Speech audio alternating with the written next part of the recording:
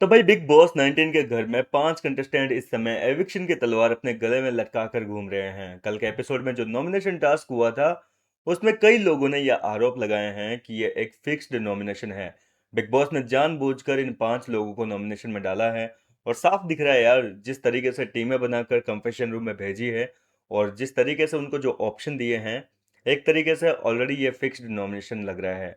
लेकिन ऐसे में सवाल ये उठता है कि क्या बिग बॉस ने एविक्शन ऑलरेडी प्लान कर रखा है कि किसको बेघर करना है।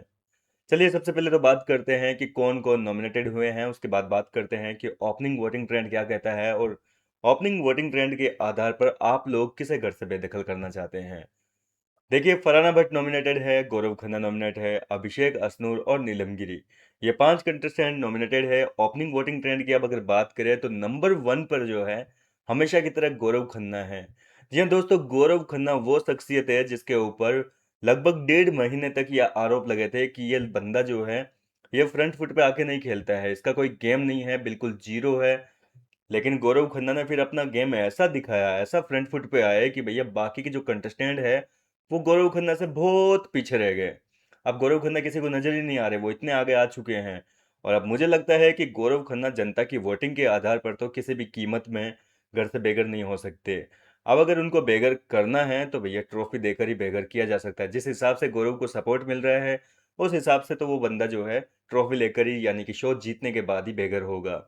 नंबर 2 की अगर हम बात करें तो अभिषेक बजाज, ये मेरे लिए काफ़ी शॉकिंग है कि अभिषेक बजाज को भी इतना ज़्यादा प्यार और सपोर्ट मिल रहा है।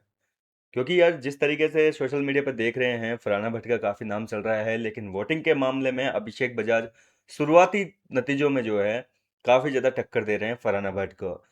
नंबर 3 की अगर बात करें तो फरहाना जो है वो जस्ट अभिषेक के बाद में नंबर 3 पर है।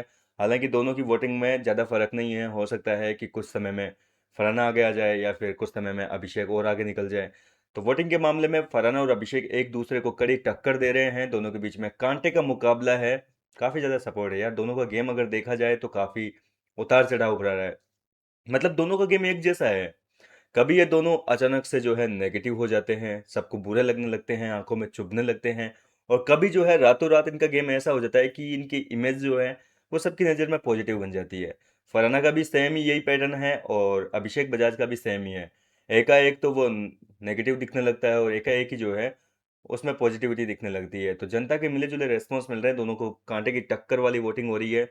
नंबर 4 की अब अगर हम बात करें तो बॉटम में आ गए भैया। अब देखो, इस हफ्ते डबल एलिमिनेशन की बातें चल रही है, क्योंकि पिछले हफ्ते 9 कंटेस्टेंट नॉमिनेटेड थे, लेकिन इसके बावजूद कोई भी घर से बेघर नहीं हुआ। हालांकि प्रणीत मौर्य को निकाला है, लेकिन वो सीक्रेट रूम में है। प्रणीत मौर्य को लेकर मैं आपको थोड़ी देर में एक गुड न्यूज़ दूंगा, बहुत अच्छी खबर है। तो उसके बाद में बात करेंगे। फिलहाल इस वीडियो में हम बात करेंगे कि भाई पिछले हफ्ते कोई भी नहीं निकला, प्रणीत मौर्य निकला था, लेकिन उसको इलाज के लिए सीक्रेट रूम में डाला गया है। सीक्रेट रूम को इस समय मेडिकल रूम बनाया गया है, जहां पर उसका इलाज चल रहा है। तो इस हिसाब से पिछले हफ्ते 9 कंटेस्टेंट नॉमिनेट होने के बावजूद भी कोई एविक्शन नहीं हुआ। इसके चलते ऐसी खबरें उठ रही है कि इस बार डबल एलिमिनेशन हो सकते हैं। और देखो, जाहिर सी बात है कि डबल एलिमिनेशन हुआ तो बॉटम के जो 2 कंटेस्टेंट होंगे हफ्ते के लास्ट में क्लोजिंग वोटिंग के टाइम पे, उन दोनों को निकलना पड़ेगा। फिलहाल अशनूर कौर नंबर 4 पर है, जिनको की बहुत कम वोटिंग मिल रही है। ऐसा नहीं है कि अशनूर के फैंस नहीं है, बहुत ज़्यादा फैन फॉलोइंग है अशनूर की, लेकिन सिर्फ अशनूर की गलती यह है कि उसका जो गेम है वो एक सीमित दायरे तक है।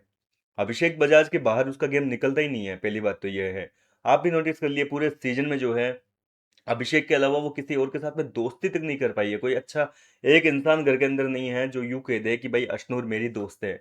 खुद उसके ग्रुप वाले मृदुल तिवारी, गौरव खन्ना, ये लोग तक जो है अशनूर को अपना खास दोस्त नहीं मानते हैं, केवल ग्रुप का हिस्सा समझते हैं। क्योंकि ये शो जो है वो डेमोक्रेसी का है, जहां पर मेजोरिटी की बहुत ज़्यादा आवश्यकता पड़ती है, और इसी वजह से ग्रुप का नाम दिया हुआ है। बाकी इनमें नहीं है, दोस्ती यारी नहीं देखने को मिल रही, पूरे सीजन में ही नहीं देखने को मिली। तो अशनूर का गेम कहीं ना कहीं अभिषेक की वजह से वीक पड़ा है। अगर वो थोड़ा सा ध्यान अभिषेक से हटाकर अपने गेम पे अभी भी फोकस करे तो मैं कहता हूँ कि अशनूर जो है बहुत अच्छा कमाल कर सकती है। सबको पसंद आ रही है वो, ऐसा नहीं है कि पसंद नहीं आ रही, पसंद काफ़ी करते हैं उसको, है वो वाकई पसंद करने लायक। लेकिन अभिषेक की वजह से गेम में उसका जो है फर्क पड़ रहा है। अब अगर बात करें बॉटम की नंबर 5 की, तो नीलम गिरी जो है उसके ऊपर एविक्शन की तलवार लटक रही है। वोटिंग के मामले में नीलम गिरी इन चारों के मुकाबले बहुत पीछे है। मतलब कि हफ्ते के लास्ट में भी जो है नहीं मुकाबला कर पाएगी इन चारों का, क्योंकि चारों बड़े नाम हैं, कांटे की टक्कर हो रही है चारों के बीच में। और इधर नीलम गिरी जो है उनको एक सीमित दायरे का सपोर्ट मिल पा रहा है, जिसके चलते नीलम गिरी का तो देखो वोटिंग के मामले में इस हफ्ते जाना बिल्कुल तय है। और अब अगर डबल एलिमिनेशन की बात करें, जैसे कि खबरें उड़ रही है, तो उस हिसाब से जो है अशनूर को भी इस हफ्ते निकलना पड़ेगा। तो एक बार फिर से बता देता हूँ, नंबर 1 पर है गौरव खन्ना, नंबर 2 पर है अभिषेक बजाज, नंबर 3 पर है फरहाना भट्ट, नंबर 4 पर है अशनूर कौर, और नंबर 5 और आखिरी बॉटम में जो है नीलम गिरी है। इस तरीके से ओपनिंग वोटिंग ट्रेंड है। फिलहाल देखो हफ्ते में कितने उतार चढ़ाव आएंगे ये तो वक्त ही बताएगा, लेकिन मुझे नहीं लगता कि इसमें ज़्यादा कुछ उतार चढ़ाव हो सकते हैं। बॉटम में अशनूर और नीलम गिरी है, जिनका इस हफ्ते जाना लगभग बिल्कुल तय बताया जा रहा है। क्या कहना चाहेंगे इस पर? अपनी राय मुझे कमेंट करके बताइए। मैं मिलता हूँ आपसे नेक्स्ट वीडियो में नई अपडेट के साथ।